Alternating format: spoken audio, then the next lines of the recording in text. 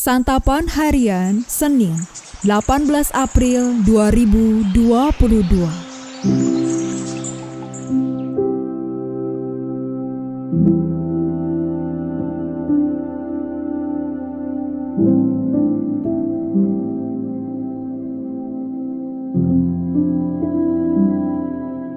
Inilah program Santapan Harian, sebuah program yang mengajak Anda menelusuri isi Alkitab, agar Anda menemukan makna firman Tuhan sesuai dengan konteksnya. Santapan Harian tertuju bagi Anda yang ingin memiliki kehidupan rohani yang segar, kuat, dan sigap.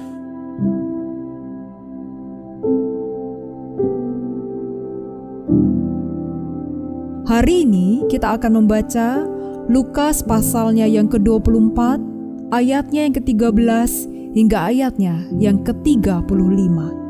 Namun, kita akan membacanya pada ayatnya yang ke-13 hingga ayatnya yang ke-27. Sebelumnya, mari kita berdoa.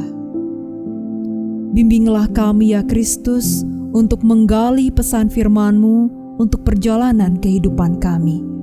Di dalam Kristus, Sang Firman yang hidup, kami berdoa. Amin. Lukas 24 ayat 13 sampai 35. Pada hari itu juga, 2 orang dari murid-murid Yesus pergi ke sebuah kampung bernama Emmaus yang terletak kira-kira 7 mil jauhnya dari Yerusalem. Dan mereka bercakap-cakap tentang segala sesuatu yang telah terjadi. Ketika mereka sedang bercakap-cakap dan bertukar pikiran, datanglah Yesus sendiri mendekati mereka, lalu berjalan bersama-sama dengan mereka. Tetapi ada sesuatu yang menghalangi mata mereka, sehingga mereka tidak dapat mengenal Dia. Yesus berkata kepada mereka, "Apakah yang kamu percakapkan sementara kamu berjalan?" Maka berhentilah mereka dengan muka muram. Seorang dari mereka, namanya Kleopas, menjawabnya, "Adakah engkau satu-satunya orang asing di Yerusalem yang tidak tahu apa yang terjadi di situ pada hari-hari belakangan ini?" Katanya kepada mereka, "Apakah itu?" Jawab mereka, "Apa yang terjadi dengan Yesus orang Nazaret? Dia adalah seorang nabi yang berkuasa dalam pekerjaan dan perkataan di hadapan Allah dan di depan seluruh bangsa kami. Tetapi imam-imam kepala dan pemimpin-pemimpin kami telah menyerahkan Dia untuk dihukum mati dan mereka telah menyalibkannya.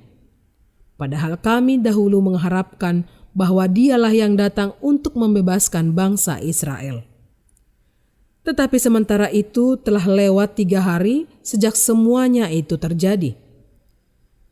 Tetapi beberapa perempuan dari kalangan kami telah mengejutkan kami. Pagi-pagi buta mereka telah pergi ke kubur dan tidak menemukan mayatnya. Lalu mereka datang dengan berita bahwa telah kelihatan kepada mereka malaikat-malaikat yang mengatakan bahwa Ia hidup. Dan beberapa teman kami telah pergi ke kubur itu dan mendapati bahwa memang benar yang dikatakan perempuan-perempuan itu, tetapi Dia tidak mereka lihat. Lalu Ia berkata kepada mereka, "Hai kamu orang bodoh, betapa lambannya hatimu, sehingga kamu tidak percaya segala sesuatu yang telah dikatakan para nabi. Bukankah Mesias harus menderita semuanya itu untuk masuk ke dalam kemuliaannya?" Lalu Ia menjelaskan kepada mereka apa yang tertulis tentang Dia dalam seluruh kitab suci, mulai dari kitab-kitab Musa dan segala kitab nabi-nabi.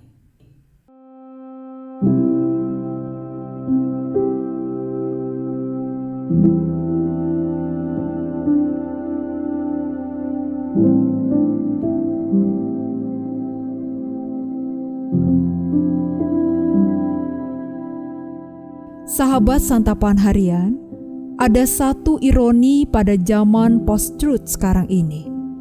Di satu sisi, orang-orang mudah percaya kepada hoax dan dengan cepat menyebarkannya tanpa pertimbangan. Namun di sisi yang lain, mereka lamban untuk percaya kepada firman Tuhan. Perikop ini terjadi setelah Tuhan Yesus bangkit. Kedua murid tidak dengan mudah percaya kepada berita tersebut. Bahkan mereka masih tidak percaya setelah ditunjukkan beberapa indikasi kebangkitan Yesus. Indikasi-indikasi tersebut tampak secara terang-terangan ketika mereka berjalan bersama-sama dengan Yesus, bercakap-cakap dengannya, dan mendengar kabar kebangkitannya. Bahkan kebenaran tentang kabar itu telah terkonfirmasi melalui tidak ada tubuh Yesus dalam kubur. Dan mereka diajar oleh Yesus sendiri tentang Mesias yang harus menderita dan bangkit. Dari sederet indikasi tersebut, kedua murid masih saja belum percaya. Sampai-sampai Tuhan Yesus menyebut mereka sebagai orang bodoh dengan hati yang lamban. Dalam iman Kristen, kita setuju bahwa Allah lah yang berinisiatif mencari manusia. Manusia tidak mampu mencari Allah, bahkan kemauan pun tidak ada. Kita membaca bahwa Yesuslah yang mencari murid-muridnya, bahkan dengan penuh kesadaran dalam memberikan pengertian kepada kedua murid mengenai kebangkitannya. Kelambanan hati kedua murid menjadi gambaran hati kita semua. Kita lebih senang mendengar berita yang menyenangkan telinga daripada firman Tuhan. Mungkin saja Tuhan telah memberikan indikasi-indikasi dalam kehidupan agar kita percaya kepada firman-Nya. Namun, kita seringkali mengeraskan hati. Tuhan memang senantiasa mencari kita serta memberi kita pengertian. Namun, kita juga harus peka. Kita harus mempunyai hati yang mudah percaya. Jika kita dapat dengan mudah percaya kepada berita hoaks dan tulisan purbakala, mengapa kita sulit mempercayai Alkitab? Jika kebebalan seperti itu terus berlanjut, maka tak salah jika Tuhan menyebut kita sebagai orang bodoh dengan hati yang lamban. Mari kita berdoa. Bapa, kami percaya bahwa kami adalah milik-Mu, dan Engkau tinggal di dalam hidup dan hati kami. Ubahlah hati kami ini seputih hati-Mu dan setulus salib-Mu. Dan kami pun senantiasa bergemar di dalam firman-Mu dan melakukannya, serta memancarkan kasih-Mu kepada dunia.